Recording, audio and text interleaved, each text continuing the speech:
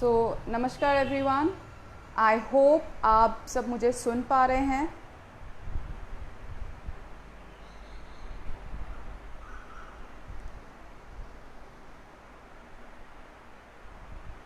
अगर आप मुझे सुन पा रहे हैं मुझे एक थम्स अप दे कमेंट में।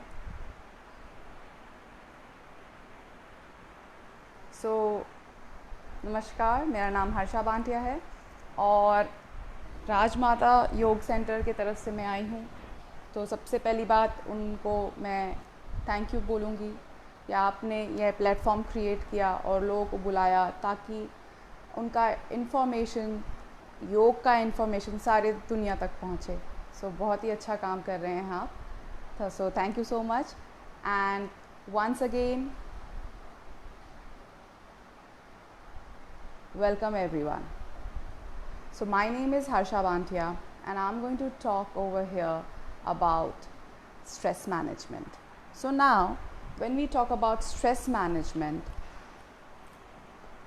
first we have to understand what is stress. How do we understand that we are going through stress? So stress can be of different symptoms or types. At times we don't even realize that we are going through stress. Yes. So let us talk about what are the symptoms of stress and then we will talk about how to overcome it. Okay? So when we talk about stress, what are the symptoms of stress? Number one, you don't get a good sleep. Yes. आपकी रात की नींद अच्छी नहीं हो रही है. So your sleep is not good. Number two, your eating pattern is disturbed. Either you have started binge eating, like every frequently eating or eating a whole lot of things at a go, or you're not feeling hungry at all. So any changes in your eating pattern also shows that you're going through stress. Number three, mood fluctuation. Now what is mood fluctuation? Suddenly if you feel angry, suddenly if you feel dull, that's mood fluctuation. Okay? And fourth is like you don't feel like doing your daily activity. आपके दिनचर्या का जो काम है वो भी आपको मुश्किल लगने लग जाता है. Yes. So you don't feel like getting out of your bed also. You don't feel like going for a walk, doing your exercise. So anything which you used to do regularly back then and now if you're facing it difficult, that's stress. Okay? So these are few common symptoms and definitely that your even your pulse rate goes high at times. Yes. You're breathless. These are the higher symptoms. Also there are weight fluctuations. So sometimes there is drop of weight, sometimes there is sudden gain of weight. Even that comes under stress. So if you are going through any of these kind of symptoms and you don't feel like you have stress, you should better check it. You have little subconscious stress and now we will talk about how to overcome those stress. Yes? So Venkatesh, are you in? Are you getting my points now? Since I'm talking in English, you wanted me to talk in English? Yes, but also I will talk in Hindi. मैं बीच बीच में हिंदी में भी बात करूँगी ताकि बाकी लोगों को भी समझ में आए. तो हमने अभी तक बात किया कि स्ट्रेस के सिम्टम्स क्या क्या हो सकते हैं. आपको नींद नहीं आना, भूख लगने में परिवर्तन आना, या तो आपको एकदम खाने का मन नहीं करेगा या तो बहुत ज़्यादा एक बार में उल्टी पुल्टी चीज़ें खाने की मन करेगी. मूड फ्लक्चुएशन, कभी अचानक से गुस्सा आ जाना, कभी अचानक से डर लगना, दिनचर्या का काम करने का मन ना करना, सडन वेट गेन या वेट लॉस होना, ये सारे सिम्टम्स हैं आपके स्ट्रेस के. ठीक है. फिर आपके पैरामीटर्स भी डिफरेंट होने लग जाते हैं, आपके पल्स रेट डिफरेंट होने लग जाते हैं. So these are the symptoms. अब इन सब को जानने के बाद कि हाँ चलो आपको स्ट्रेस है, अब करें क्या इनका कोई निवारण है? बिल्कुल है. यही तो योग का कमाल है. पहली बात, योग हमें सिखाता क्या है? योग हमें सिर्फ आसन नहीं सिखाते, योग हमें सिर्फ प्राणायाम नहीं सिखाते हैं. सबसे बड़ा चीज़ जो योग सिखाता है वो है डिसिप्लिन होना। यस, लाइफ में एक रिचुअल होना ज़रूरी है। There has to be a ritual in your life. What are these rituals? Like for example, सुबह सुबह किसी का रिचुअल होता है सुबह सुबह उठ के अपना दिनचर्या करके एक्सरसाइज करने जाना, सबसे पहले आके नहा धो के पूजा पाठ करना और फिर नाश्ता करके ऑफिस के लिए निकलना, right? These are the known as rituals. But अगर आपका कोई रिचुअल ही नहीं है कि हम जब चाहे तब उठ रहे हैं, आज नाश्ता किया नहीं किया, कल आज पूजा किया कल नहीं किया, मैं ये नहीं कह रही कि पूजा करना ज़रूरी है। I am not saying that you have to worship. What I'm saying is, do you have a ritual? A ritual, a daily routine is very important. Number one, you have to have a daily routine. You have to have a pattern in your life, that you get up in the morning, that you do your dincharya ka subah ka kaam, then you do your either pranayam or your exercise, and then whatever it is, it has to be a pattern. Like for example, सबसे पहले सुबह सुबह लोग क्या करते हैं, कुछ लोग सुबह सुबह सबसे पहले उठ के सूरज भगवान के सामने जल चढ़ाने जाते हैं या उनको नमस्कार करने जाते हैं। वो भी एक रिचुअल है। क्या मैं कुछ बातों को क्लियर कर पा रही हूँ? यस लिखिए कमेंट्स में अगर आप समझ रहे हैं तो। आपका डेली डिसिप्लिन होना बहुत ज़रूरी है। तो कल ही से आप अपना टाइम टेबल एटलीस्ट थोड़ा सेट कर ले कि हाँ, I will get up at 6 a.m. I will go for exercise and I will come back home by 7 o'clock or 7:30, and then I will I'll freshen up and I have some healthy breakfast, and then I will go for office। अगर office का time हुआ है, अगर office का time नहीं हुआ है तो मैं 1 घंटा कुछ एक अच्छा किताब पढ़ूँगा, नहीं तो मैं अपने किचन में मम्मी का या वाइफ का हाथ बटाऊंगा या बच्चों के साथ खेलूंगा। अपना दिनचर्या सेट करने से आपका लाइफ और ऑर्गेनाइज्ड हो जाएगा। आपके दिमाग में पता रहेगा कि आपको क्या करना है, ठीक है? और मैं ये नहीं कह रही कि आपको रोबोट की तरह काम करना है। You can definitely change your pattern for a day or two if you don't feel like, but have a pattern in your life. So yoga gives you discipline. योग कहता है आप एक डिसिप्लिन फॉलो करें अपने लाइफ में। सुबह उठे, एक्सरसाइज करें, खाना ठीक से खाएं, ठीक है? दूसरों से अच्छे से बात करें, इवन आपका व्यवहार कैसा होगा ये भी योग हमें बताता है। तो ये तो हुआ नंबर 1। नंबर 2 में जो मैं बार बार कह रही हूँ, सुबह उठो एक्सरसाइज करो, सुबह उठो एक्सरसाइज करो। क्यों एक्सरसाइज करें? क्यों हम योग आसनास करें? ठीक है, आसन करने से हमें क्या फ़ायदा होगा? जब हम आसन करते हैं, जब हम एक्सरसाइज करते हैं, हमारे एंडोर्फिन्स क्रिएट होते हैं, यानी कि एंडोर्फिन हार्मोन्स क्रिएट होते हैं जो हैप्पी हार्मोन्स क्रिएट करते हैं, जो आपके बॉडी में थोड़े से हैप्पीनेस को लेकर आता है। You feel more productive. अच्छा, अब ये समझिए, you are going to go to your office, right? आज तो चलो ऑफिस नहीं जा रहे, घर से वर्क फ्रॉम होम कर रहे हैं, बट उस वर्क फ्रॉम होम में क्या आपका बॉस आपको डांट नहीं सकता? डांट ही सकता है। आपने जो काम आपको सौंपा गया था, हो सकता है वो ठीक से ना हुआ हो ही सकता है ना? या दिन में हो सकता है किसी से झगड़ा हो जाए, हो ही सकता है ना? ये सारे हो ही सकते वाले चीज़ कितने सारे हैं, आपके कंट्रोल में नहीं है कि आपका दिन कैसा जाने वाला है।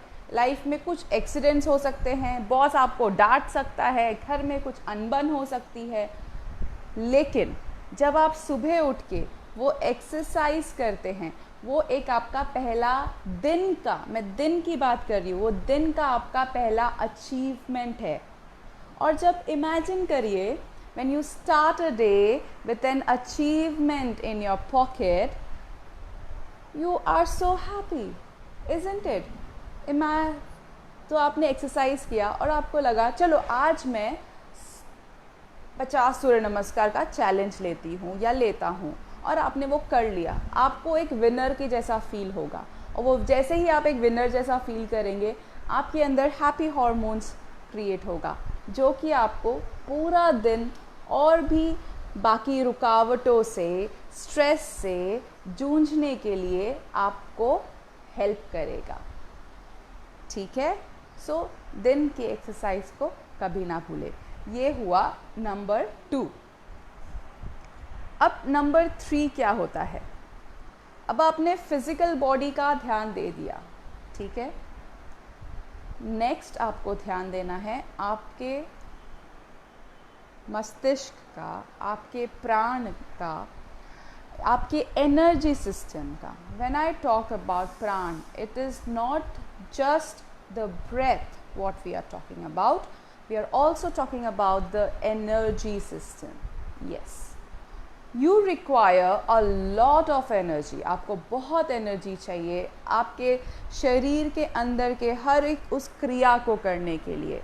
जैसे कि आपके मॉर्निंग में आपको एक्सक्रीशन करना है, डाइजेशन करना है, राइट, ब्रीदिंग करना है, इन सब चीज़ों के लिए you need energy.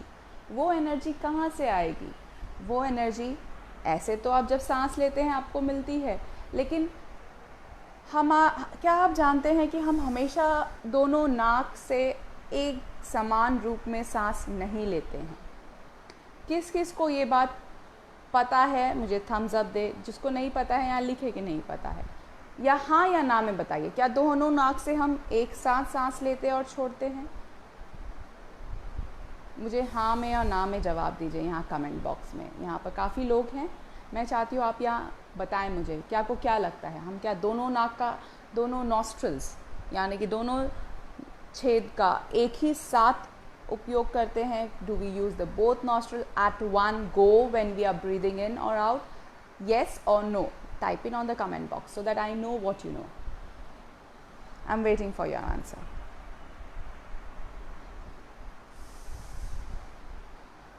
Then I will tell you the answer. But I first want you to answer me. So Biren, Shaha, Piyush, Venkat, please give the answer. Amit, एक नाक से, ठीक है।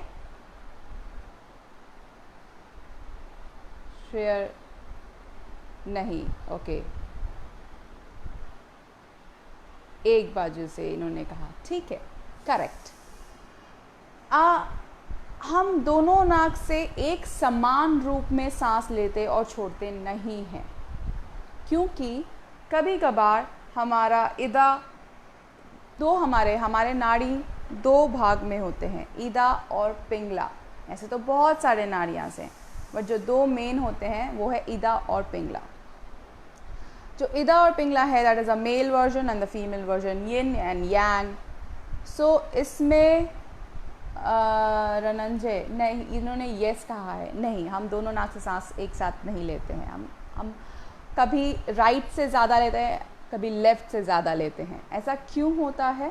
क्योंकि कभी कभार हमारा इदा या फिर फीमेल वर्जन थोड़ा सा डल होता है, कभी मेल वर्जन थोड़ा डल होता है। यानी कि हम कभी ज़्यादा तामसिक होते हैं या कभी कभी हम ज़्यादा राजसिक होते हैं।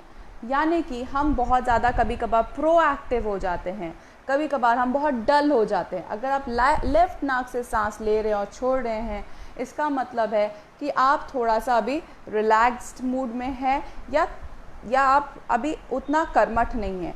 जब आप राइट नाक से सांस ले रहे हैं आप बहुत ज़्यादा कर्मठ है। बट कभी भी एक चीज़ को हावी होना इज़ नॉट गुड, तो उसको हमें बैलेंस करना होता है। इसीलिए योग में प्राणायाम का उपयोग किया गया है। प्राणायाम से हम एनर्जी सिस्टम को बैलेंस करते हैं। तो कुछ प्राणायाम तो बहुत सिंपल है, बहुत पॉपुलर भी है, जैसे कि Anulom Vilom, alternate nostril breathing. This is so very common. बाकी प्राणायाम आपको आते हो ना आते हो, अनुलोम विलोम तो सबको आता है, राइट। इसमें हम क्या करते हैं, हम विष्णु मुद्रा का उपयोग करते हैं, जिसमें आपका इंडेक्स फिंगर और थंब जो होता है वो हाथ पे इस तरीके से जॉइन रहता है, लास्ट 2 फिंगर्स और थंब का इस्तेमाल होता है। आप राइट थंब को राइट नॉस्ट्रिल के ऊपर रखते हैं और आप बाएं नाक से सांस लेते हैं, फिर बाएं नाक को बंद करते हैं, दाएं नाक से सांस छोड़ेंगे और फिर दाएं नाक से ही सांस लेना है, दाएं नाक को बंद करके बाएं नाक से सांस छोड़ना है। इसे हम एक साइकिल कहते हैं, ठीक है, एक 1 राउंड ऑफ अनुलोम विलोम। तो ये आप करें, इससे आपका जो एनर्जी सिस्टम है वो बैलेंस होगा। बाकी प्राणायाम करने के लिए मैं सजेस्ट करूँगी एक टीचर को अपने साथ रखें, योग टीचर को, जो आपको स्टेप बाय स्टेप आपको दूसरे प्राणायाम से भी इंट्रोड्यूस करेंगे, ठीक है। और हमेशा अपना जो ब्रीदिंग एक्सरसाइज है किसी क्रिया के साथ शुरू करें। क्रिया यानी कि आपके कपालभाति या भस्त्रिका, ये क्रिया है, ये प्राणायाम नहीं है। बहुत लोग कॉमन मिस्टेक करते हैं जब आप कपालभाति को प्राणायाम में इंक्लूड करते हैं। कपालभाति इज़ अ क्रिया, इट्स अ षट क्रिया, मतलब आपके 1 ऑफ द 6 टेक्निक्स है टू क्लीन योर सेल्फ। सो जब आप प्राणायाम, आप जब कपालभाति करते हैं तो आपके जो ब्लॉक नोज़ है वो खुलते हैं, साइनस है वो खुलते हैं। तो आप पहले आप कपालभाति से शुरुआत करें, उसके बाद आप अनुलोम विलोम करें। बट हम किस बारे में बात कर रहे हैं, वो है number 3 and that is your pranayama या ब्रीदिंग एक्सरसाइज। अब ये सोचिए कि हम ऑफिस में बैठे हैं, हम एक मीटिंग में बैठे हैं जिसमें हमारा कैमरा ऑन है और हमारे बॉस वगैरह हमारे साथ बात कर रहे हैं और हमको बहुत ज़्यादा स्ट्रेस हो रहा है। तो क्या हम उनके सामने अचानक से ये करने लग जाएंगे? लोग समझेंगे ये तो पागल है। तो क्या कर सकते हैं? कोई और तरीका है? बिल्कुल है, that is deep abdominal breathing. Yes, whenever you are in front of someone or in an interview or doing some work where you are live and you are stressed, जब आप स्ट्रेस में हैं क्या करेंगे? आपको डीप एब्डोमिनल ब्रीदिंग करना है, ठीक है। लंबी सांस लेनी है जिसमें आपका पेट फूलेगा और लंबी सांस छोड़नी है जिसमें आपका पेट अंदर जाएगा। तो आपको डीप एब्डोमिनल ब्रीदिंग भी करना है जिसमें आपको कोई बाहर की तरफ से आपको कोई डिफरेंट मुद्रा का उपयोग नहीं करना होगा। सो ये तो हो गया तीसरा पॉइंट। अब और क्या करें जिससे हमारा स्ट्रेस नहीं हो? क्या आपको पता है कि आपका दिनचर्या पूरा सही है? Like everything whatever you are doing is correct. For example, मेरे पास ऐसे भी लोग आते हैं जो कहते हैं कि हम एक्सरसाइज करते हैं, हम सही टाइम पे सोते हैं, सही टाइम पे उठते हैं, बट फिर भी हमें स्ट्रेस रहता है। हम प्राणायाम भी करते हैं फिर भी स्ट्रेस रहता है, क्यों? ऐसा हो सकता है क्या? Can you still have stress after doing everything correct? When I से everything to the points what I have spoken to yet, yes, you can have stress. So what are the reasons still to have stress? That is your vitamins and minerals in your body if they are deficient. For example, अगर आपके body में vitamin B12 कम है, मैं एक example दे रही हूँ, अगर आपके बॉडी में विटामिन B12 कम है तो आपके शरीर में अचानक से थकावट आने लग जाता है, चिड़चिड़ापन आने लग जाता है। अगर D3 कम है उससे भी ये चीज़ें होती हैं। आपको नींद में भी सारा टाइम B12 की कमी होने से नींद भी आने लग जाती है आपको। फिर आपको बहुत बार आयरन की कमी होने से, यानी कि फेरेटिनिन एक कंपोनेंट होता है, उसकी कमी होने से भी आपको बहुत बार आपको स्ट्रेस होने लग जाता है, दिन में थकावट होने लग जाती है, चिड़चिड़ापन होने लग जाता है। सो इन सब चीज़ों से आपको कैसे पता चलेगा? आपको ब्लड टेस्ट करवाना है। ऑलमोस्ट हर 6 महीने में अगर आप ब्लड टेस्ट करवाते हैं तो आपको पता चल जाएगा कि whether your vitamin B12, D3, haemoglobin are less or not. So Ravi ji कह रहे हैं मैं हिंदी में बात करूं, किसी ने कहा मैं इंग्लिश में बात करूं, तो मैं दोनों में बात करूंगी, ठीक है। तो मैंने ये कहा कि अगर आपके बॉडी में सब आप एक्सरसाइज कर रहे हैं, आप खाना खा रहे हैं, सब कुछ कर रहे हैं, फिर भी आपको स्ट्रेस हो रहा है, तो रीज़न क्या हो सकता है? रीज़न ये हो सकता है कि कहीं ना कहीं आपके वाइटामिन और विटामिन्स की कमी है आपके शरीर के अंदर। आपके शरीर में B12 की कमी है, D3 की कमी है, फेरेटिन की कमी है। सो ये सारे कुछ कुछ कंपोनेंट्स है, अगर इसकी कमी है आपके शरीर के अंदर तो भी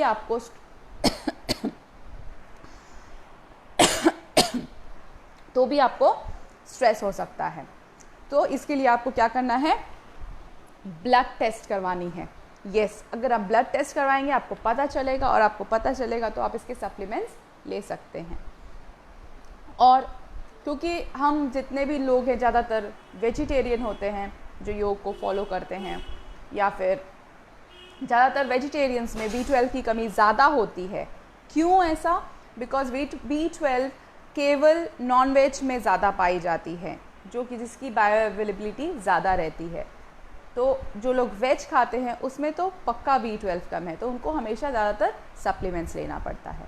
और क्योंकि हम आज के दिन सूरज के सामने नहीं जाते ज़्यादा, तो इसलिए D3 भी कम हो जाती है। ठीक है, तो मेरा नेक्स्ट पॉइंट वही होने वाला है। तो अभी तक हमने 4 पॉइंट्स बोले हैं। क्या आप मुझे कमेंट बॉक्स में लिख के बताएंगे वो 4 पॉइंट्स अभी तक मैंने क्या क्या बताया, ताकि मैं समझ पाऊँ कि आप सब सुन रहे थे मुझे ध्यान से।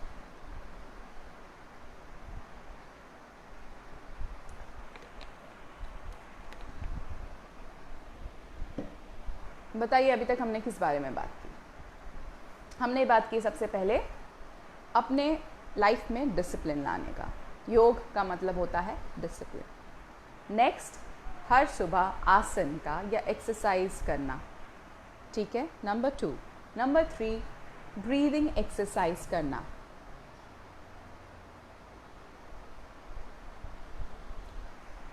कोई मैम जी कुछ ऐसा फल बताओ जिसमें लगभग सब कुछ हो। ऐसा कोई फल नहीं है जिसमें सब कुछ हो जाए। आपको हर एक फ्रूट के लिए अलग अलग चीज़ें लेनी पड़ती हैं, हर एक विटामिन हर एक में नहीं होता है।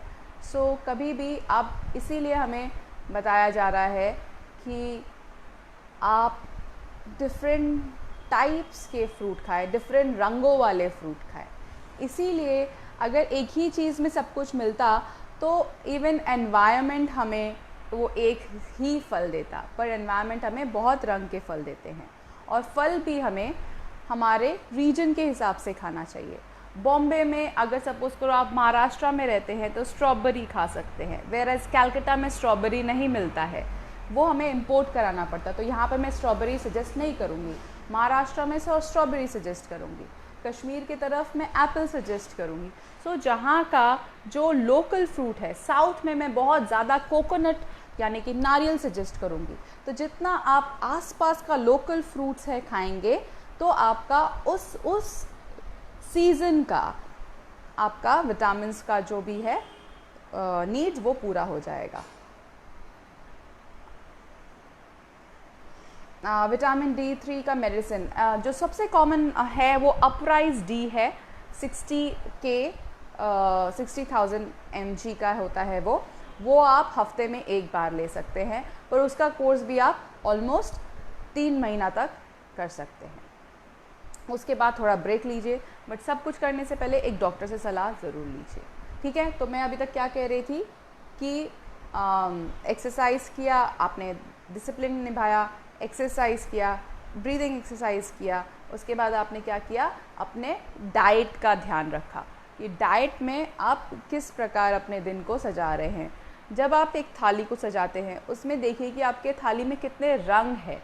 अगर उसमें जितने रंग होंगे, ऊपरी रंग नहीं, खाने के जो नेचुरल रंग होते हैं, जैसे दाल येलो हो गया, चावल वाइट हो गया, सब्ज़ी कोई हरी सब्ज़ी हो गई, उस प्रकार जितने रंग आपके प्लेट में होंगे इसका मतलब उतना ही आपका खाना पौष्टिक हो रहा है। और विटामिन D3 के लिए आप सूरज के में जाइए, जितना हो सके सनलाइट में जाइए। सो आप जितना सनलाइट के नीचे जाएंगे आपका नेचुरल विटामिन D3 उतना आपको मिलेगा। सो मॉर्निंग वॉक इसलिए बहुत ज़्यादा ज़रूरी है, मॉर्निंग वॉक ज़रूर करें। ठीक है, और खाना ठीक से खाएं। सप्लीमेंट्स की ज़रूरत है तो उसे ले, जैसे कि मैंने कहा कि वेजिटेरियंस को B12 की कमी होती है तो आप वो B12 आपको लेना चाहिए। ये तो हो गया अभी तक की बहुत सारी ऐसी बातें जो ऑलरेडी आपको पता है। जो अब मैं आपको बताने जाऊंगी जो शायद नहीं पता होगा। वो है स्लो डाउन। यस, थोड़ा धीरे हो जाइए। किस में? आपकी लाइफ की उस होड़ में। इंस्टाग्राम पे 1000 फॉलोअर चाहिए, 1000 का 2000 करना है, उसका स्ट्रेस। फेसबुक पे 2000 फॉलोअर का 10,000 फॉलो करना है, उस पर। आज कमाई 50 है तो कल 1 चाहिए, 1 लाख चाहिए। आज 1 लाख है तो कल 2 लाख चाहिए, उसमें। आज मैंने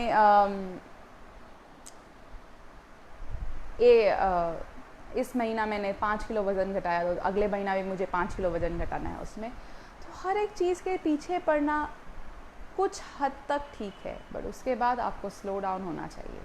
किसी भी चीज़ के पीछे इतना ना ज़्यादा अपना समय दे कि और अपना एनर्जी स्पेंड करे कि जिससे आपको स्ट्रेस हो जाए।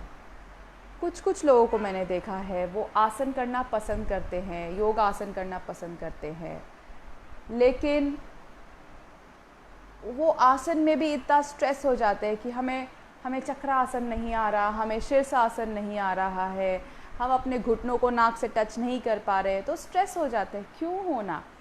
लाइफ में आपको सिर्फ अपना कर्म करना है, जैसा कि भगवद गीता में बताया गया है कि आपको अपना कर्म करना है और फल की चिंता नहीं करनी है। आप सिर्फ अपना कर्म करते जाए। अगर आपको अपने काम में उन्नति चाहिए, धीरे धीरे करके जो आपको करना चाहिए वो करिए। आप स्ट्रेस मत लीजिए कि मुझे, या फिर चिंतन मत करिए कि मुझे सक्सेस मिल रहा है कि नहीं मिल रहा है, आज अचानक से इतना ज़्यादा मुझे बेनिफिट क्यों नहीं आया, प्रॉफिट क्यों नहीं आया। आएगा, कल आ जाएगा वो चीज़, कल नहीं तो परसों आ जाएगा। लेकिन आपका शरीर, आपका मानसिक संतुलन वो ज़्यादा इम्पॉर्टेंट है ना। तो आप थोड़ा लाइफ में स्लो डाउन हो जाइए। हर एक चीज़ के पीछे इस तरीके से भागना अच्छा नहीं है।